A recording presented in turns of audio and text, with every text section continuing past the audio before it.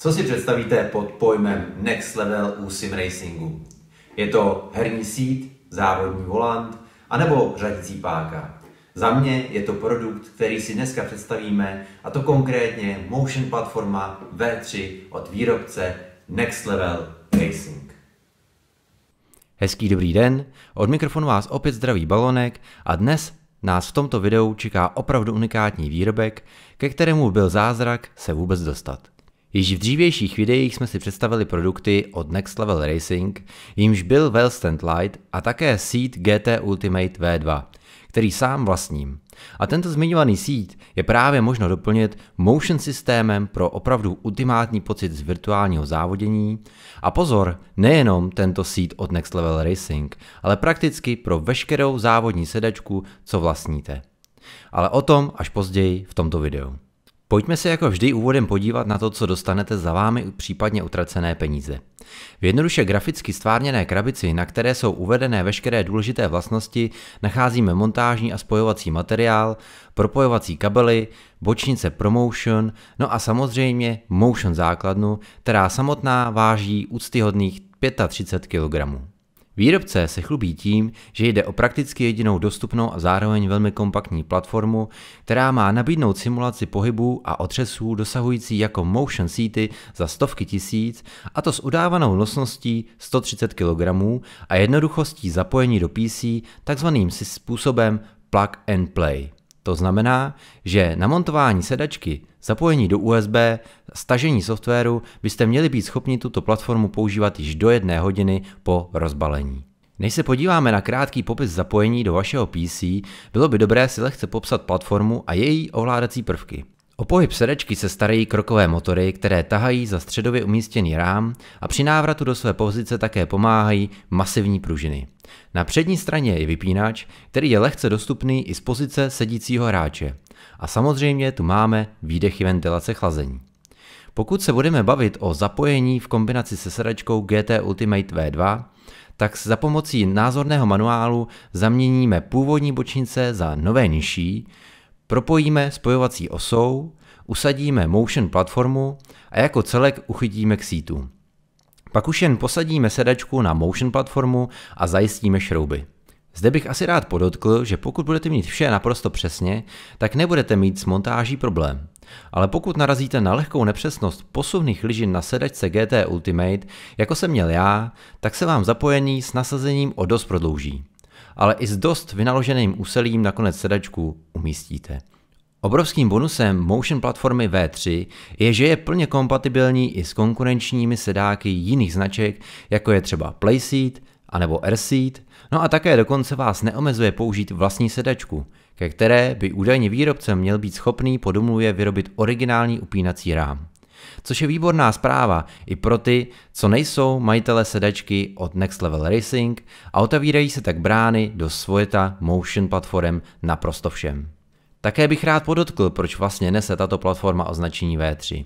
A to je z důvodu neustálého vylepšování od výrobce i za pomocí postřehů od majitelů a jde tedy již o 3. verzi, která slibuje hlavně mnohem tižší chod při plném provozu. A zde bych rád potvrdil, že hlučnost je opravdu na velmi nízké úrovni, až mě to samotného překvapilo, protože například moje 3D tiskárna je hlučnější než provoz této platformy. Poslechněte si srovnání sami.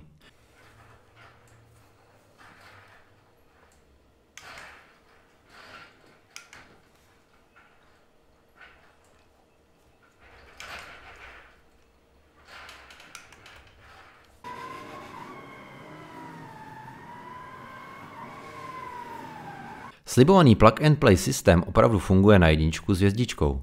Stačí připojit napájení ke zdroji, který by si v maximech měl odebírat až 350 W, dále připojit do USB portu, stáhnout certifikované ovladače, nechat proběhnout počáteční automatické nastavení her a můžete směle vyrazit na okruh, silnici, šotolinu a nebo do vzduchu. Záměrně jsem vyjmenoval tyto místa, protože software této platformy je další skvělou částí celého setu, který nabízí podporu desítek herních titulů od těch nejstarších až po nejnovější. Nic vám tedy nebrání usednout do rally, okruhových závodů, kamionů, anebo také právě do známých leteckých titulů, jako je simulátor DCS. Vývojáři slibují online aktualizování softwaru a tak se nemusíte bát, že by platforma nebyla kompatibilní s novinkami na herním trhu. Software je naprosto jednoduchý na ovládání, kdy si pouze aktivujete hru, kterou si chcete zahrát a případně pomocí jednoduchých posuvníků, které regulují sílu v jednotlivých osách, vyladíte pohyb sedačky k obrazu svému. K pochopení vám zajisté pomůže jednoduchá skica vozu a nebo letadla se šipkami. Rozhodně je důležité použít již od prvního zapojený bezpečnostní pásy, které nejenom, že zvýší bezpečnost používání, ale hlavně umocní přenesené vibrace do těla hráče, protože hráč je pevně zajištěn s pohybujícím se sedadlem. A jaký je tedy Motion simulátor od Next Level Racing? Motion platformu jsem vyzkoušel prakticky na všem, co se dalo, mimo letadel. A určitě bych rád informoval o tom, že již v základu na defaultní hodnoty nastavení je platforma neskutečně silná a efektní. Já jako hráč jsem ani nevěřil, do jak malého a kompaktního těla o velikosti nákupní tašky byl schopný výrobce vměstnat tolik síly a efektů. Nastavil jsem si tak hodnotu efektů podle zkušeností jiných jezdců, co už měli zkušenost s touto platformou a musím říci, že tak obrovský potenciál síly, který tato platforma má tak v malém těle, je jedno z největších překvapení. Každou šikanu, každý skok a nebo nerovnost naprosto s přehledem tato platforma vykreslí a po mé zkušenosti z Motion Seaty, co atakovaly pořizovací náklady k 1 milionu korun, se jim tato kompaktní jednotka velice blíží. Ale to přitom stojí pouhý zlomek jejich ceny. Ano, chybí zde samozřejmě určité efekty, které zvládne profesionální Motion Seat, ale Motion platforma V3 hravě zvládne, si troufám říci, až 95% jejich efektů. V kombinaci s virtuální realitou už se vám bude jenom velmi těžko oddělovat realita od hry, protože ponoření se do 3D prostoru s podporou motion efektů je svatý grál simracingu. Nesmíme totiž zapomínat, že primárně je Motion platforma V3 určená pro běžného hráče, kde se snaží být dostupná ještě přijatelnou cenou při zachování výkonu.